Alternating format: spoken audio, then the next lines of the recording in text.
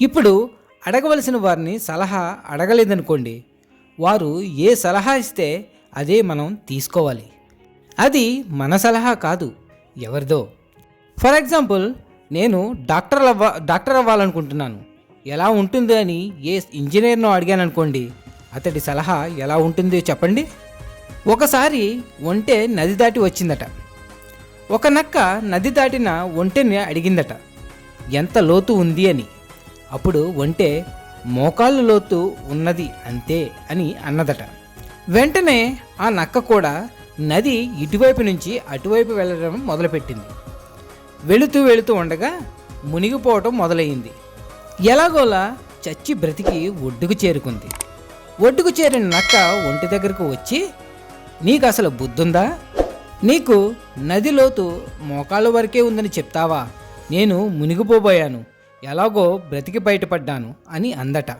అప్పుడు ఒంటె ఏమన్నదంటే, నువ్వు నన్ను అడిగావు, నా మోకాళ్ళ లోతు ఉంది అని నేను చెప్పాను, కానీ నీకు మోకాళ్ళ లోతు అని నేను చెప్పలేదుగా. అందుకే సలహా ఎవరిని అడగాలి అంటే, ఎవరికైతే మీరు వెళ్ళాల్సిన రంగంలో లోతు తెలుసో వాళ్ళను తప్ప, మీకు తోచిన వాళ్ళను కాదు. అలాంటి వాళ్ళను సలహాలు అడిగి వాళ్ళు చెప్పిందే నిజం అనుకుంటారు. అడిగారు కాబట్టి వాళ్ళు చెప్తారు. జాగ్రత్త. ఇక జీవిత సత్యానికి వెళ్దామండి. మీరు చేసింది ఏదైతే ఉందో అది మళ్ళీ తిరిగి మీ ముందుకే వస్తుంది. చూడండి, దీనికి ఏం తేడాలు ఉండవు.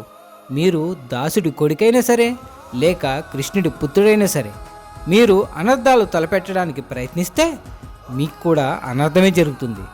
చెడు కర్మలు చేసేవారికి చెడే జరుగుతుంది. శుభం కోరి యజ్ఞాలు చేస్తే శుభాలనే పొందగలుగుతారు. అదే అశుభమని అగ్గిపెడితే ఎంతటి వారైనా సరే కాలి బూడిదైపోతారు. గుర్తుంచుకోండి. అందరికీ ఈ ప్రశ్న విచిత్రంగా ఉండొచ్చు.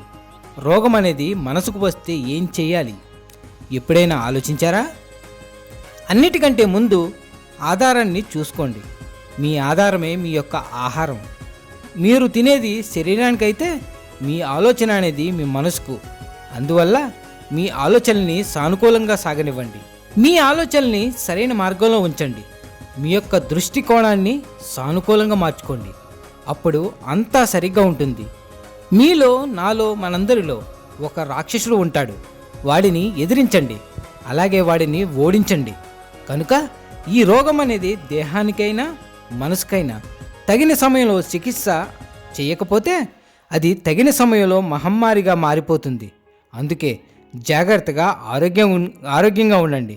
అలాగే మనసుని నిర్మలంగా ఉంచుకోండి. ఒక మగవాడు మౌనంగా అలాగే నిశ్శబ్దంగా ఉన్నాడు అంటే దాని అర్థం మాట్లాడడానికి ఇంకా ఏమీ లేదని కాదు. వారితో మాట్లాడినా వాదించినా ఏ ప్రయోజనం ఉండదు. వారు ఎప్పటికీ వారిని అర్థం చేసుకోలేరని అనుకుంటున్నారు అని అర్థం. గుర్తుంచుకోండి. ఎదుటివాడు మంచివాడు చెడ్డవాడు అని వేలు పెట్టి చూపించే హక్కు ఎవ్వరికీ లేదు. ఎవరి జీవితం వారిది. నచ్చితే మాట్లాడు, లేదంటే వదిలే, అంతే. జీవితంలో గుర్తుపెట్టుకోవాల్సిన కొన్ని విషయాలు. మితిమీరిన ఖర్చు పేదరికం పాలు చేస్తుంది. మితిమీరిన పొదుపు కష్టాలు పాలు చేస్తుంది. మితిమీరిన సంపాదన మనశ్శాంతిని దూరం చేస్తుంది. మితిమీరిన క్రమశిక్షణ రక్త సంబంధాలను కూడా దూరం చేస్తుంది. మితిమీరిన రహస్యాలు నవ్వుల పాలు చేస్తుంది. మితిమీరిన కోపం శత్రువులను తెచ్చిపెడుతుంది. మితిమీరిన వ్యసనం అపఖ్యాతిని తెచ్చిపెడుతుంది. జీవితంలో ఏ విషయంలోనైనా సరే హద్దుల్లో ఉంటే అంతా మనకు మంచే జరుగుతుంది. గుర్తుంచుకోండి. ధనం మీద ఆశ పెరిగే కొద్దీ ఆరోగ్యం, బంధాలు, ప్రేమ, ఆప్యాయతలు అన్నీ దూరమవుతూ ఉంటాయి. ఒక వ్యక్తి గురించి కథలు వినాలంటే పక్కవారితో మాట్లాడండి. అదే నిజాలు వినాలంటే అతనితోనే మాట్లాడండి. అర్థమైందనుకుంటా. తలరాత బ్రహ్మది, తనువు తల్లిది, తపనేమో తండ్రిది. కానీ మంచో చెడో బ్రతుకు మాత్రం నీదే. కష్టం వచ్చిందని పైకి పోతావో లేదా కష్టపడి ముందుకు పోతావో నిర్ణయం నీదే. జ్ఞానం అనేది ఏం మాట్లాడాలో చెప్తుంది. సంస్కారం అనేది ఎలా మాట్లాడాలో చెప్తుంది.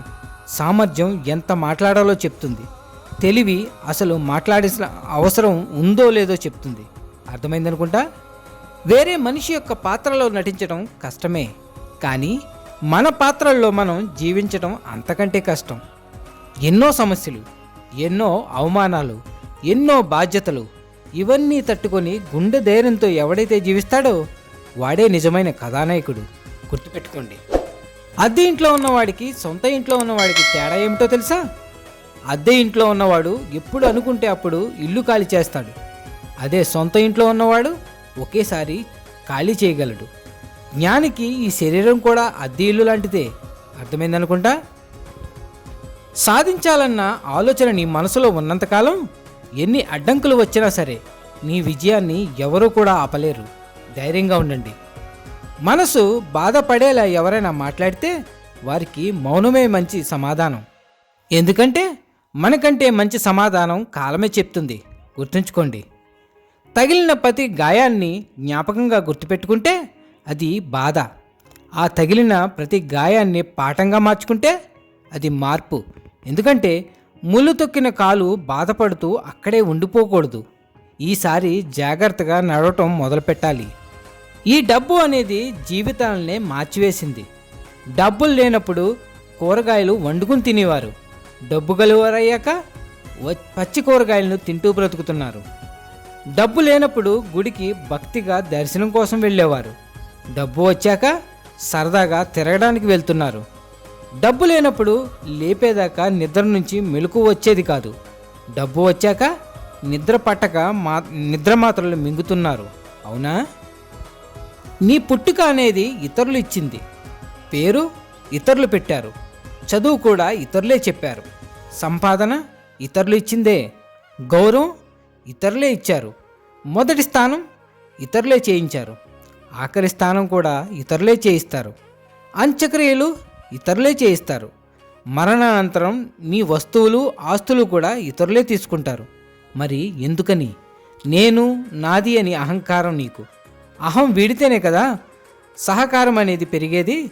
ఎప్పుడు నవ్వుతూ ఉండు. అప్పుడు ఈ ప్రపంచంలో నీకన్నా అందంగా ఎవరు ఉండరు. ప్రకృతి, అద్దం రెండు ఒకటే. అద్దం నువ్వు ఎలాగుంటే అలాగే చూపిస్తుంది. ప్రకృతి నువ్వు దీన్నెంత కాపాడితే అది నిన్నంత కాపాడుతుంది. మనం నివసిస్తున్న ప్రపంచం మన యొక్క ఆలోచనల ఫలితమే.